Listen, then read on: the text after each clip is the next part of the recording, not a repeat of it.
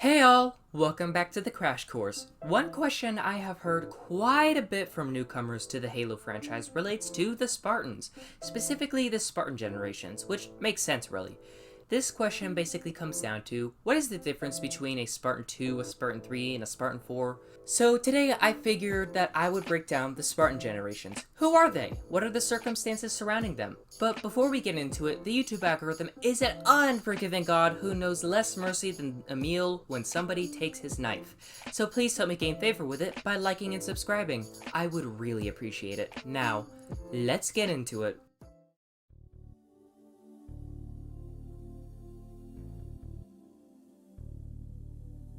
Before we can get into the badassery of those like the Master Chief, Noble Team, Fred, Kelly, Linda, we need to go way back to the 23rd century, when humanity was really still thinking about the interplanetary war.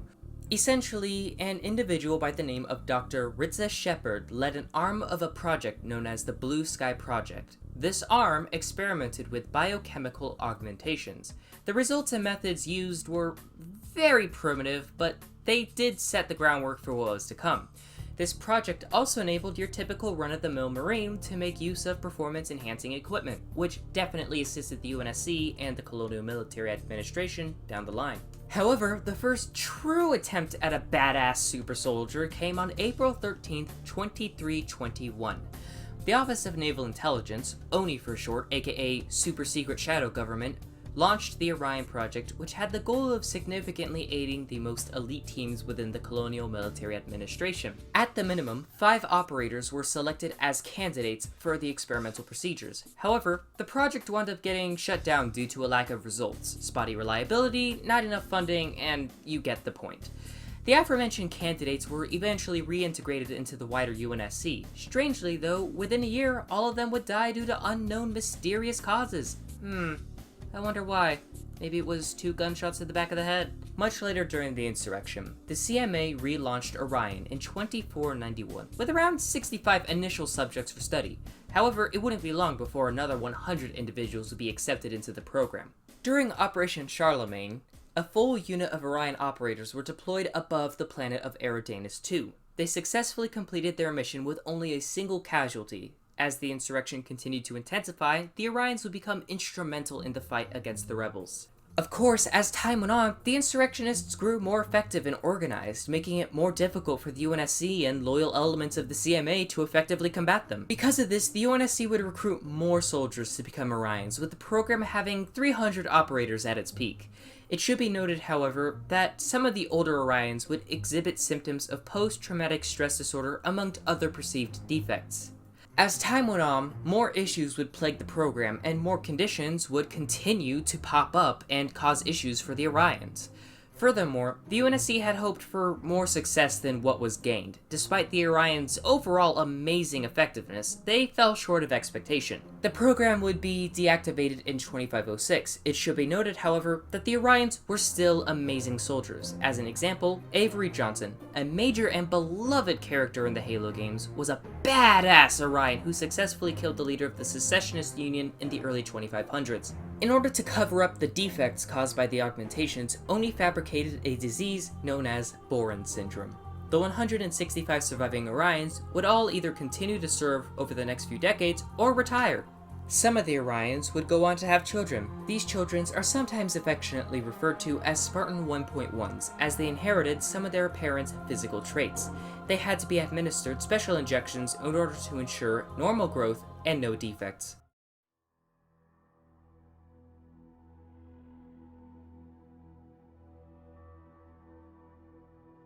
At the height of the insurrection, the Office of Naval Intelligence would greenlight Generation 2 of the Orion project, which was then called the Spartan II program. Dr. Catherine Halsey proposed a variety of different procedures than that of the Orion project. These were some of them. 1. The Orion project suffered from too much variety in terms of genetics. Not everyone's body is created equally, and not everyone's body can handle the augmentations as well as others. In order to circumvent this, she made a very strict gene template for what could only be described as humanity's best. The cream of the crop, essentially. 2. Some of the Orion candidates had actually harbored insurrectionist sympathies, and thus refused to continue after augmentations, and of course, had to be detained in prison. So to circumvent this, the candidates would have to be unquestionably loyal to the UNSC, which means heavy indoctrination. The rest, well, I'll let Halsey herself explain. Children's minds are more easily accepting of indoctrination. Their bodies more adaptable to augmentation. The result was the ultimate soldier. And because of our success, when the Covenant invaded, we were ready. 75 6-year-old children were abducted from their homes and replaced with flash clones, which would die of terminal illness soon after replacing the originals. These children were taken to the world of Reach, where they would spend the next 8 years training and learning. By the age of 14, they were described as having the bodies of Olympian athletes, and soon after, they would be irreparably changed. These candidates underwent agonizing, invasive, and inhumane surgeries and augmentations. At least 33 of the original 75 would successfully complete this phase of the program, with the rest either dying or being permanently crippled. Only a few of them would be rehabilitated. These candidates were the Spartan IIs, among them John 117. John 117 would achieve the rank of Master Chief Petty Officer, and he is the Spartan that the main Halo games follow. These Spartans would also be equipped with the Mjolnir power armor. John, of course, wasn't the only of the greats in his generation. All of them were instrumental in fighting the Covenant, who arrived not long after they were augmented. As an example, Linda, one of the members of the Spartan Blue Team, is easily the best sniper in the Orion arm of the Milky Way. She was able to save her fellow Spartans' lives by sniping with one arm available as she was hanging upside down. The Spartan IIs would pave the way for future generations of Spartans, and would save humanity on many occasions.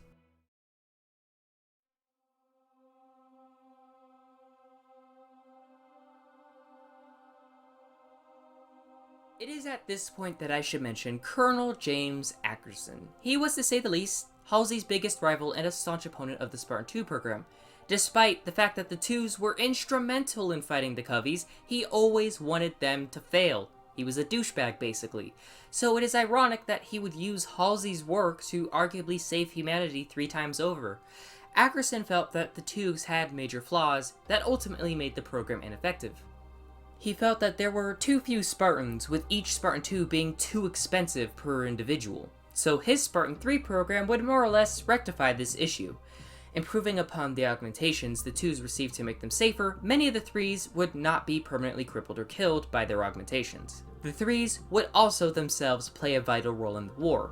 Trained by Kurt Ambrose, a Spartan II that Ackerson abducted, the Spartan Threes would be lethal in their own right. The Spartan IIs had been trained to be individual killing machines. The Threes, on the other hand, were trained in excellent teamwork skills. While they had less years of training than their counterparts in the II program, they arguably had a much harsher and stricter regimen, courtesy of Kurt. The Threes, however, would not receive Mjolnir power armor. Instead, they would receive SPI armor, which for simplicity's sake, I will call a Diet Mjolnir. If you want a super detailed, in-depth look at the two power armors, Installation 00 has excellent videos on them, and I will link them down below for you to watch later. There would be 3 companies of Spartan 3s, Alpha, Beta, and Gamma. All 3 would be vital in saving humanity. Each company of Spartans had about 300 individuals. Unlike the 2s, which were made of extremely strict gene templates, coupled with them only being made up of 6-year-olds, the 3s were of a wider group. Most of them were orphans from colonies burned by the Covenant. At the end of the day, however, the 3s were, by design, disposable. They were sent on suicide missions, of which few would return. Most of them were only in their early teens when they died. Alpha Company would be completely wiped out. Beta Company would see 2 survivors emerge from their debut. The Gammas were never officially deployed as a company, however, they would save humanity on the world of Onyx. The Gammas also had different augmentations, but that is for another video. Some Spartan 3s were seen as too valuable to waste in large-scale suicide missions, so some of them were taken from their companies to be given Mjolnir power armor, and they would be organized into their own teams. One such Spartan team was Noble Team, which the game Halo Reach follows. Other Spartan 3s were made headhunters, who would work in pairs to sneak behind enemy lines and wreak havoc on the Covies. These missions were often suicidal in nature, and usually the headhunters would not return.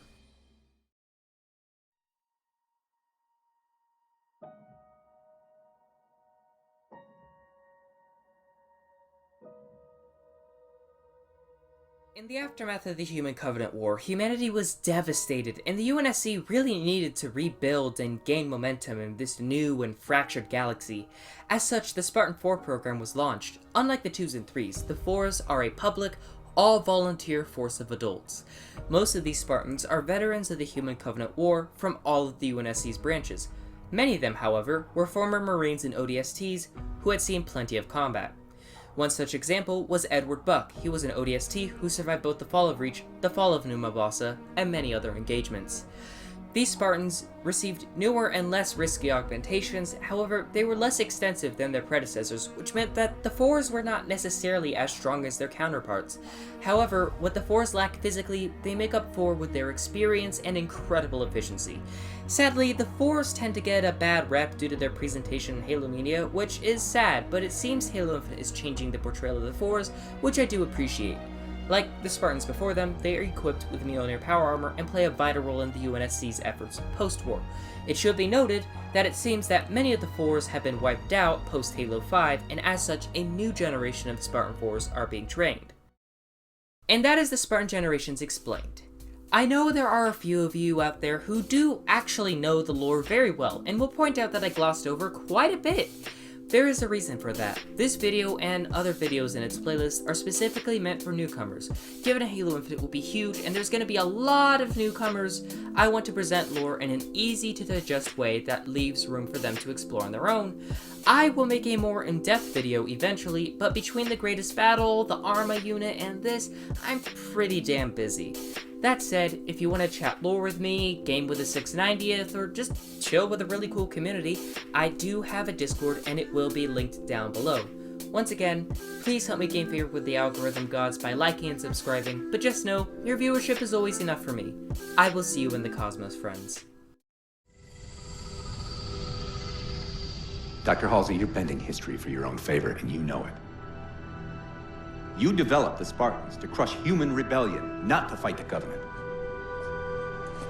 When one human world after another fell, when my Spartans were all that stood between humanity and extinction, nobody was concerned about why they were originally built.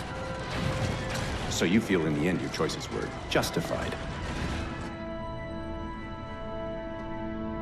My work saved the human race. Do you think the Spartans' lack of basic humanity helped? What are you after? The others before you were naval intelligence, but you're something else. Records show Spartans routinely exhibited mildly sociopathic tendencies, difficulty with socialization, and verbalization. The records show efficient behavior operating in hazardous situations. I supplied the tools to maintain that efficiency.